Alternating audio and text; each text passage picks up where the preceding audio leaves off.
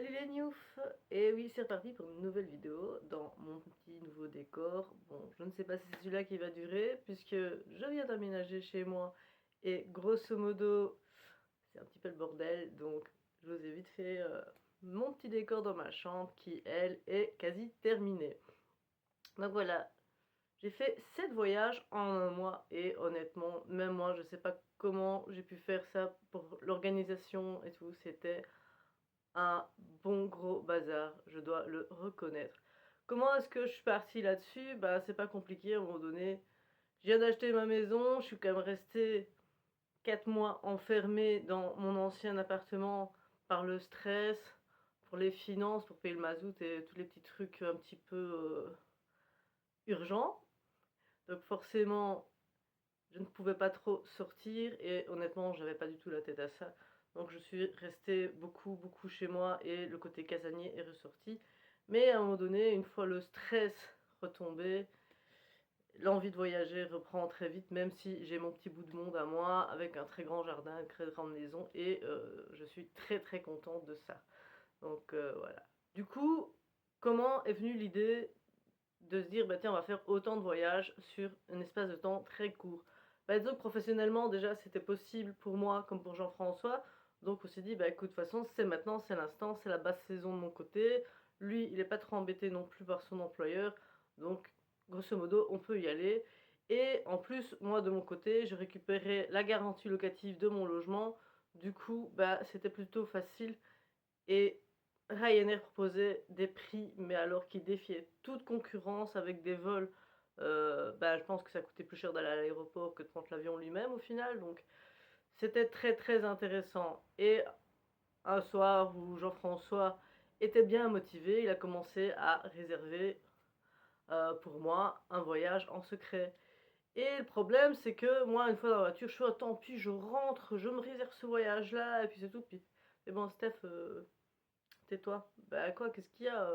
Moi je rentre, je me réserve Lisbonne. Bah ton Lisbonne il est déjà réservé. Moi je voulais te réveiller ce jour-là, vu que je sais que tu travaillais pas, et hop, je te foutais dans l'avion quoi.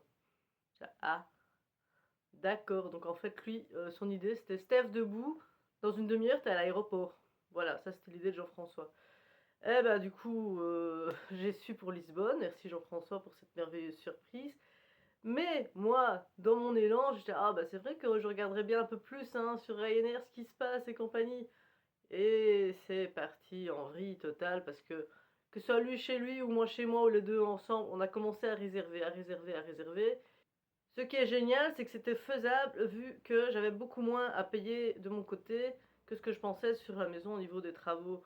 Donc bah en fait j'avais mis beaucoup trop de côté, plus la garantie locative qui arrivait, plus les réductions Ryanair, bah ça me revenait moins cher de faire 7 voyages là tout de suite que d'attendre 2 3 mois et d'en faire un ou deux.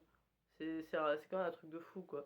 Donc tant qu'à faire, bah, je suis partie et hop. De toute façon, tout était déjà prévu. Je savais quel jour je ne travaillais pas, etc. Il y a eu des arrangements.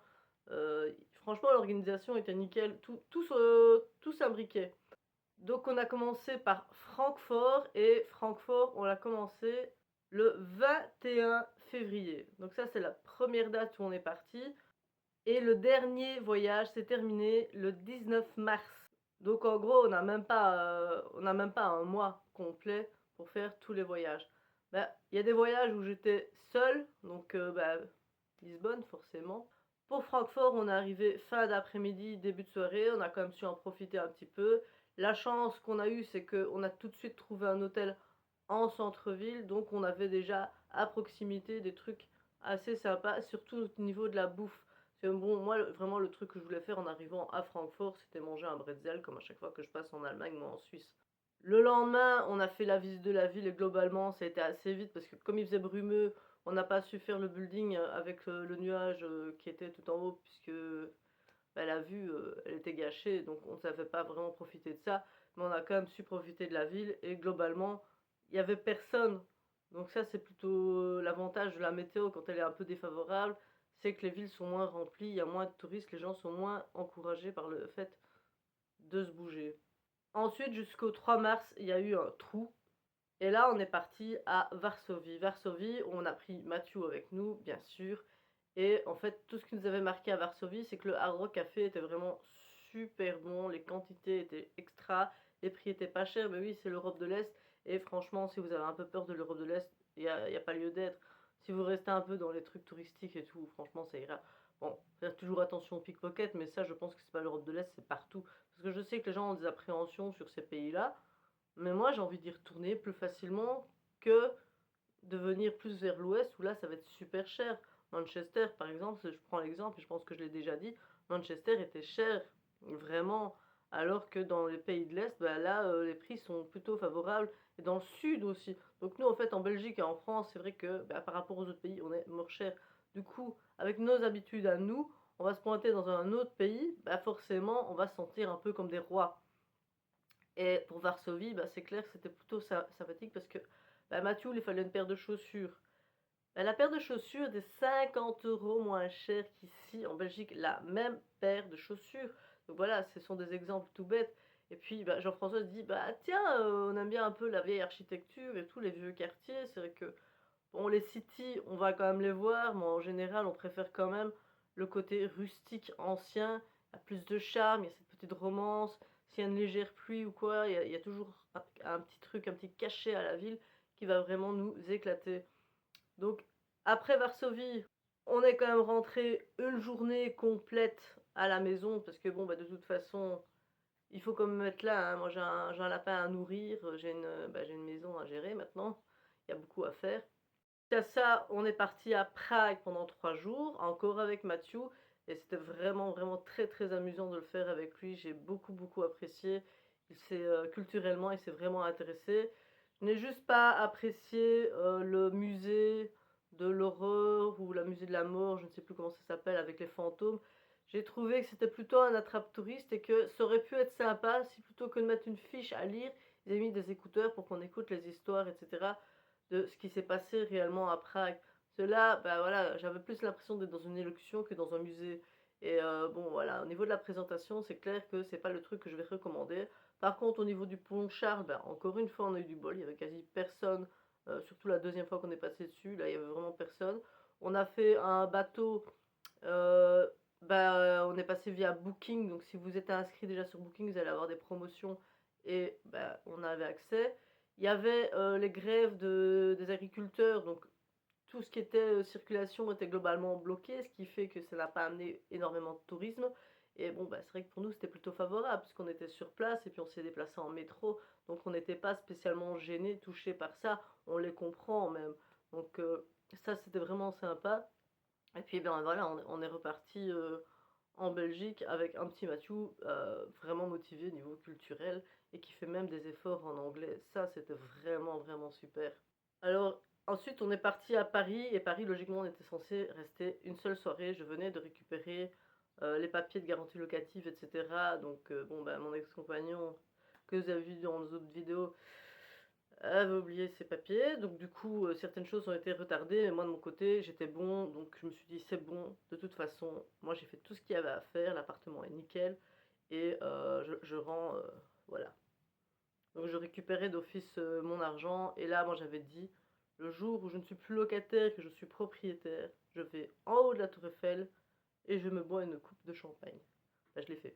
Voilà, simplement. Le truc qu'on n'avait pas calculé à Paris, et ça c'est la petite anecdote que Jean-François va apprécier quand il va voir cette vidéo, c'est qu'il a regardé pour un petit parking qui est ouvert H24. Ok, le parking est ouvert H24. Mais il n'a pas réservé en ligne comme il fait d'habitude. Il dit bah ouais, c'est bon, je vais faire sur place et puis basta. Comme un parking un peu classique.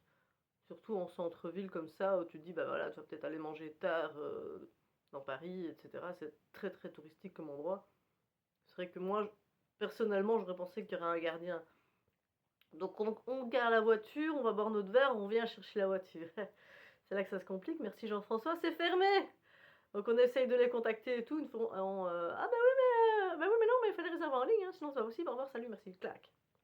Bon, ok, bon, mais les instructions qui sont mises en ligne et ce qui se passe en réel n'est pas vraiment cohérent.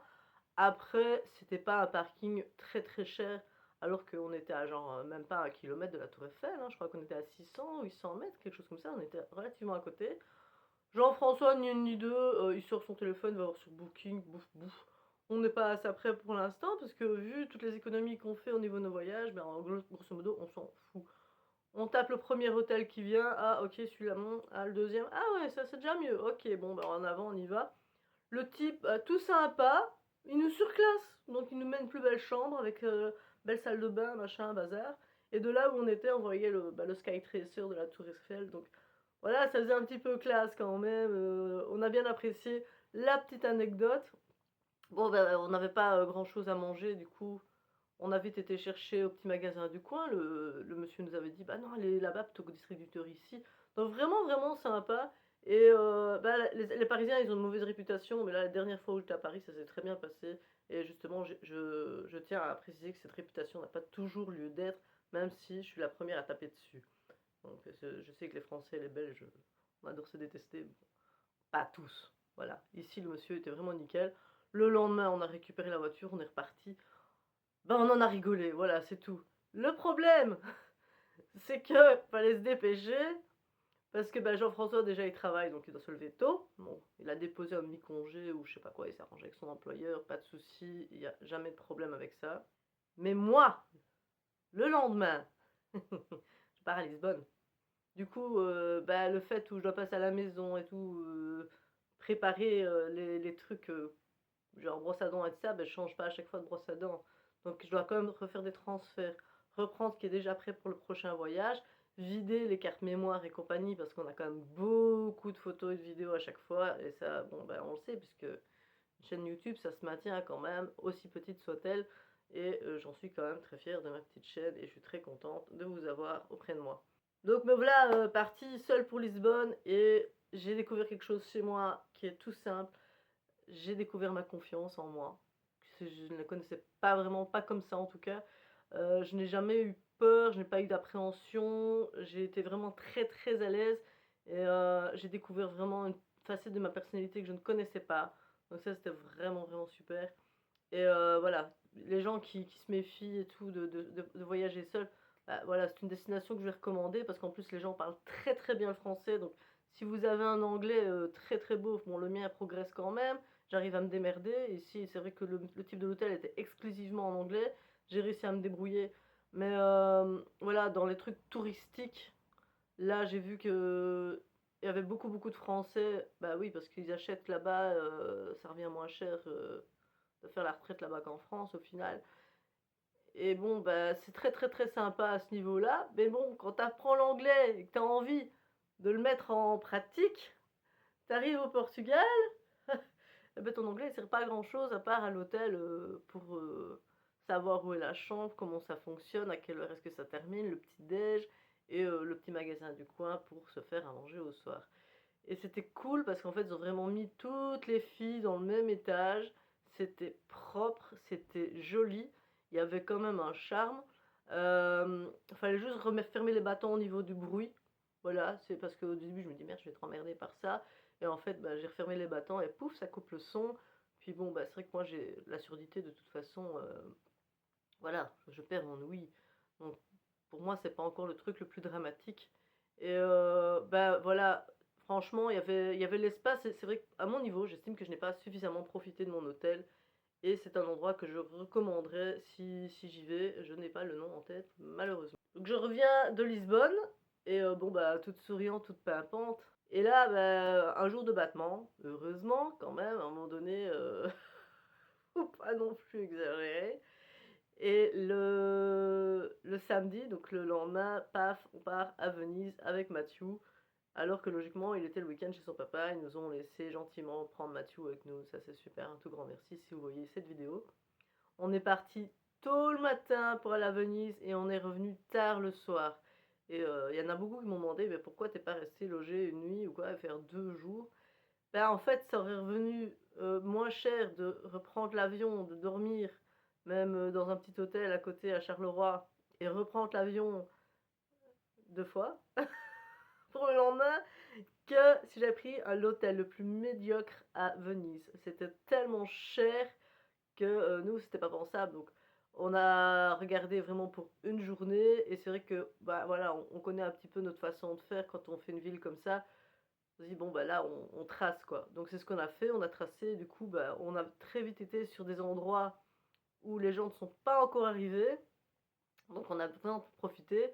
On était les premiers dans les gondoles, donc il y avait encore personne à ce niveau-là, c'était vraiment, le calme absolu. Il y avait vraiment bon, bah, les points touristiques étaient très vite noirs de monde, mais grosso modo, on s'en est très, très bien tiré. On s'est fait plaisir avec la gondole, on a adoré. Bon, c'est clair que c'est un coût certain, mais voilà, on calcule finalement combien c'est à Venise à la base. Là, on est un samedi, Mathieu est avec nous, il revient de l'école la veille. On était à 160 € pour 3. Donc c'est pour l'avion. Donc franchement, je trouve que le prix était très démocratique. Quand on voit que parfois c'est juste par personne ce genre de prix minimum, on était très bien. Franchement, ça, on n'aura pas du tout à se plaindre là-dessus. On a passé une super journée. Il y avait quand même notamment beaucoup de monde et c'est vrai que Venise a apparemment la réputation d'être la ville la plus touristique et du coup, bah, ça perd de son charme. On la déconseille à cause de son influence touristique. Trop de gens, c'est ça perd du charme à cause de ça. Nous, on est quand même tombé un samedi où c'était pas cher et que, bah, le monde, oui, il y a du monde, mais globalement, on voit tout. On a toujours tombé au bon moment, au bon endroit. Après, on a une organisation aussi qui fait que on se cale à l'opposé de ce que les gens ont l'habitude de faire. Ça, j'avoue que quand je fais un programme, je suis assez douée pour ça, que d'arriver à tomber sur les endroits quand les gens n'y vont pas. Si par exemple dans un parc d'attractions, bah, voilà, je vais aller sur les trucs, qui font vomir quand les gens sont en train de manger. C'est logique et quand ils viennent de manger, beh, ils vont pas retourner sur ces attractions-là. Donc moi, je fais toujours l'opposé de tout le monde et comme ça, bah, j'arrive à m'en sortir et pas tomber dans des foules incroyables. Puis bon, j'ai quand même un petit peu d'agoraphobie que j'arrive à arranger, mais je dois vraiment penser aussi à ce problème-là. Et enfin, on termine par Bucarest. Là, Bucarest, il y avait juste moi et Jean-François. On est parti 2 jours, donc Mathieu est resté seul en Belgique. Il n'y a aucun problème avec ça. Il est grand, il est indépendant. Cet enfant sait tenir un couteau depuis qu'il a l'âge de 2 ans, donc il a pris le bus tout seul à 10 ans. Donc voilà, on le rend indépendant au maximum. C'était quelque chose d'important pour moi dans son éducation. C'est que dès qu'il savait faire un truc, il le fait et c'est tout.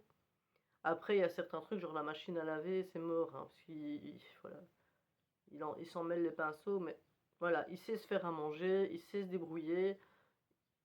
C'est presque un adulte, donc il y avait pas de problème à ce niveau-là. Il a 16 ans, le lâche pas comme ça du jour au lendemain. À 18 ans, t'enlèves ta couche et puis tu vas te débrouiller. Non, au fur et à mesure, un enfant peut déjà devenir un adulte beaucoup plus tôt que prévu. Et c'est vrai que c'est le cas que j'ai avec Mathieu. Pour certaines choses, il est très adulte et pour certaines choses, il est innocent. Donc ici, par exemple, pour les voyages, il est quand même assez adulte pour comprendre. Et j'avoue qu'à travers cette vidéo, je peux me permettre de le féliciter pour la maturité qu'il a eue durant les derniers voyages. Bref, je reviens sur Bucarest. On est parti avec Jean-François. On a commencé par une belle anecdote du fait qu'on ne prend pas la bonne compagnie de train, mais qu'est-ce qu'on en sait? Donc il y a deux compagnies, la machine ne fonctionne pas en gare, donc le type ne nous met pas de supplément ni rien à mon avis, c'est très bien que sa machine est pétée. Donc voilà, on commence avec ça, mais c'est pas grave vu que les prix sont très bon marché. Trois quarts d'heure de train, 2 € en Belgique, tu rajoutes un zéro. Donc on avait ça globalement à peu près avec tout. Du coup, bah, on en a profité, hein, comme pour Budapest, pays de l'Est. En fait, voilà, moi, le coup de cœur, bah, ouais, il y a le coup de cœur finance, bien sûr, mais aussi, on a encore des ambiances très soviétiques dans ces pays-là. Beaucoup de personnes trouvent ça un peu décevant, mais moi, je veux voir le côté historique de ça. Justement, on n'a pas tout détruit, parce qu'il y a une histoire un peu malsaine avec la guerre, etc.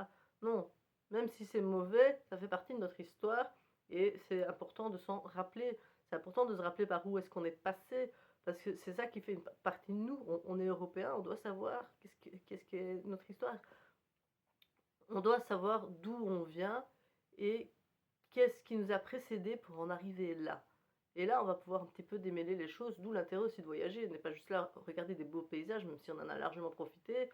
On a profité du Hard Rock Café où les portions, c'est clair que c'était pas les mêmes que Venise, parce que Venise, c'était cher, c'était des petites portions.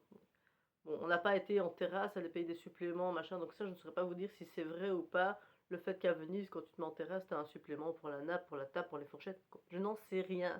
J'ai une amie qui l'a fait, qui m'a dit oui, elle a payé des suppléments, donc je la crois. Mais bon, moi je l'ai pas fait, j'ai juste bu une bière en rue comme ça sur le côté, à l'arrache par terre avec, une glace pour Mathieu et une pour Jean-François.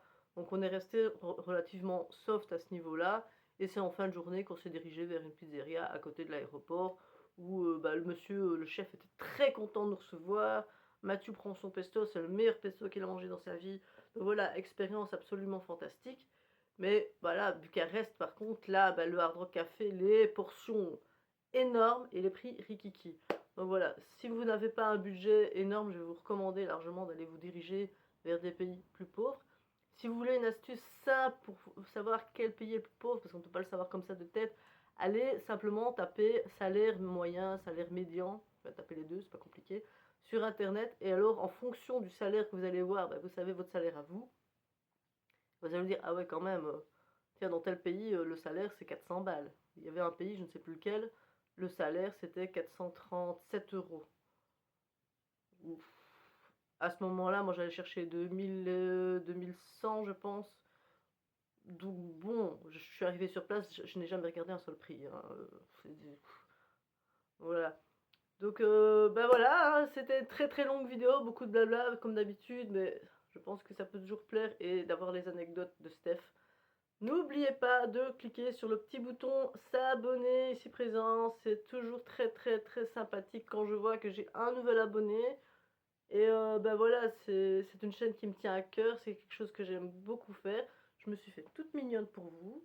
Donc un petit like en plus, c'est pas de refus. Et à bientôt, salut les news.